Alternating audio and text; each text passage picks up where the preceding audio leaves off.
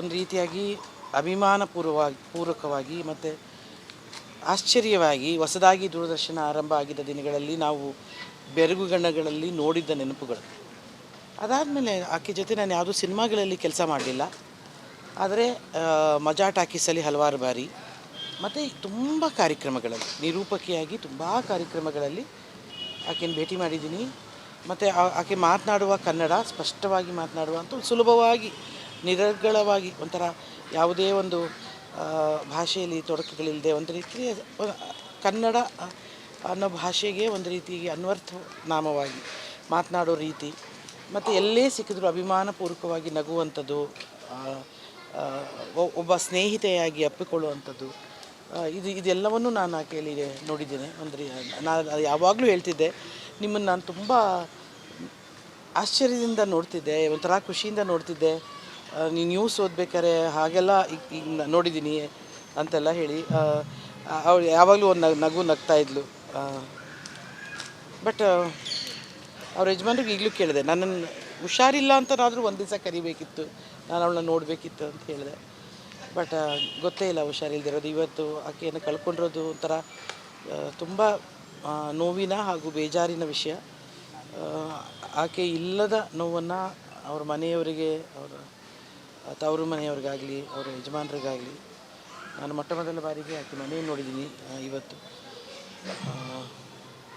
ಎಲ್ಲರಿಗೂ ಮತ್ತು ಅವಳು ಅಭಿಮಾನಿಸುವ ಮನಸ್ಸುಗಳಿಗೆ, ಅವಳನ್ನು ಇಷ್ಟಪಡುವ, ಅಭಿಮಾನಿಸುವ, ಗೌರವಿಸುವ ಮನಸ್ಸುಗಳಿಗೆ ಎಲ್ರಿಗೂ ಶಾಂತಿ ಸಿಗಲಿ ಅಂತೇಳಿ ಆ ಭಗವಂತನಲ್ಲಿ ಬೇಡ್ಕೊಳ್ತೀನಿ.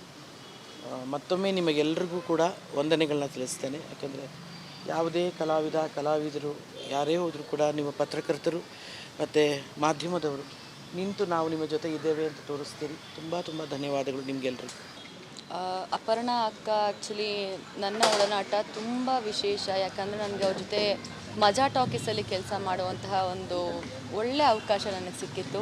I think more than 150 200 episode ನನ್ನ ಅಕ್ಕನ ಜೊತೆ ನಾನು ಸ್ಟೇಜ್ನ ಶೇರ್ ಮಾಡಿದ್ದೀನಿ. ಅಪರ್ಣಾ ಅಕ್ಕನ ನಾನು ನಗ್ನಗ್ತಾನೆ ನೋಡಿದ್ದಂತಹ ಒಂದು ಸಂದರ್ಭ. ಆ್ಯಂಡ್ ನಾವು ಶೂಟಿಂಗ್ ಸಮಯದಲ್ಲಾದರೂ ಎಷ್ಟೆಲ್ಲ ವಿಚಾರಗಳನ್ನ ಹಂಚ್ಕೋತಾ ಇದ್ರು. ಆ್ಯಂಡ್ ಮಗು ಮನಸ್ಸು ಇವಾಗ ಹೇಗೆ ಮಲಗಿದಾರೋ, ಸುಮ್ಮನೆ ಇವಾಗ ಉಸಿರಿಲ್ಲ ಅನ್ನೋದು ಬಿಟ್ಟರೆ ಆ ನಗು ಆಗಲಿ ನಾವು ಇನ್ನೂ ಡೈಜೆಸ್ಟ್ ಮಾಡ್ಕೊಳ್ಳೋಕೆ ಖಂಡಿತವಾಗ್ಲೂ ಸಾಧ್ಯ ಆಗ್ತಿರಲಿಲ್ಲ. ಆ್ಯಂಡ್ 2 ವರ್ಷದಿಂದ ಕ್ಯಾನ್ಸರ್ ಇದೆ ಅಂತ ಹೇಳಿ ತುಂಬ ತುಂಬ ಶಾಕಿಂಗ್ ಅಂತ ಹೇಳ್ಬೋದು. ಬಟ್ ಏನೇ ಆಗಿದ್ರೂ ಕನ್ನಡತನಕ್ಕೆ ಒಂದು ದೊಡ್ಡ ಕೊಡುಗೆ ಅವರು ಬಳಸ್ತಾ ಇದ್ದಂತಹ ಕನ್ನಡ ಆಗಿರ್ಬೋದು, ಅವರು ನಿರೂಪಣಾ ಶೈಲಿ ಆ್ಯಂಡ್ ಅವರು ಜೀವನ ಮಾಡಿದ ಶೈಲಿ, ವ್ಯಕ್ತಿತ್ವ, ಯಾವುದೇ ಒಂದು ನೆಗೆಟಿವ್ ಕಾಂಟ್ರವರ್ಸಿ ಇಲ್ಲದೇನೆ ಬರೀ ಒಂದು ಪ್ರತಿಭೆನಲ್ಲೇ ಅಪ್ಪಟ ಕನ್ನಡತಿಯಾಗಿ ಕೊನೆಯವರೆಗೂ ನಮಗೆಲ್ಲ ಮಾದರಿಯಾಗಿದ್ದರು. ಆ್ಯಂಡ್ ನನ್ನ ಅದೃಷ್ಟ ಅಕ್ಕನ ಜೊತೆ ಒಂದಷ್ಟು ದಿನ ಕೆಲಸ ಮಾಡುವಂಥ ಒಂದು ಅವಕಾಶ ತುಂಬಾ ಕಲ್ತಿದ್ದಿದೆ. ಆ್ಯಂಡ್ ಅಕ್ಕ ಆರಾಮಾಗಿರಿ, ನೆಮ್ಮದಿಯಾಗಿ ನಿದ್ದೆ ಮಾಡಿ. But we really miss you ಅಂತ ಹೇಳೋಕ್ಕೆ ಇಷ್ಟಪಡ್ತೀನಿ. ಒಂದು ಥರದಲ್ಲಿ ತುಂಬ ದುಃಖಕರವಾದ ಸಂಗತಿ. ಕರ್ನಾಟಕ ಮಾತೆಯ ಒಂದು ವಜ್ರಾಭರಣ ಇವತ್ತು ಕಳಚಿದೆ. ಆದರೆ ಒಂದೇ ಒಂದು ನನಗೆ ಸಂತೃಪ್ತಿ ಇದೆ, ಎಲ್ಲೋ ಪರಂಧಾಮದಲ್ಲಿ ಆಕೆಯ ಒಂದು ಸರ್ವೀಸು ದೇವರಿಗೆ ಅಲ್ಲಿ ಬೇಕಾಗಿತ್ತು ಅಂತ ಕಾಣುತ್ತೆ. ಯಾಕೆಂದರೆ ಅಲ್ಲೂ ಇವಳನ್ನ ಕರೆಸ್ಕೋಬೇಕು ಅಂತ ತುಂಬ ದಿನದಿಂದ ಯೋಜನೆ ಇತ್ತು. ಪ್ರಾಬಬ್ಲಿ ಅದಕ್ಕೊಂದು 2-3 ವರ್ಷದಿಂದ ದೇವರು ಪ್ಲ್ಯಾನ್ ಮಾಡ್ದ. ನಾನು ಅವಳಿಗೆ ಯಾವಾಗ ನನಗೆ she is been almost my adopted daughter. We have been very close friends for the last 1 ವರ್ಷದಿಂದ. ಈ ಒಂದು ಸಿಚುಯೇಷನ್ ಆದಾಗಿಂದ every day we use to meet her. ಕರಿಯೋಳು ಫೋನ್ ಮಾಡಿ ಬನ್ನಿ ಅಂತ. ಹೋದರೆ ಏನೋ ಒಂದು ಸಂತೋಷ, ಎಲ್ಲ ಕಾಯಿಲೆಗಳು ಇದೆಲ್ಲ ಮರೆತುಬಿಟ್ಟು ತುಂಬ ಖುಷಿಯಾಗಿ ಮಾತಾಡೋಳು. ಸೊ ಕರ್ನಾಟಕ ಅಲ್ಲ, ಪ್ರಾಬಬ್ಲಿ ವಾಗ್ದೇವಿ ಪುತ್ರಿ ಅಂತ ಇದ್ದೆ, ಶಾರದಾ ಸಂಜಾತೆ ಅಂತ ಇದ್ದೆ.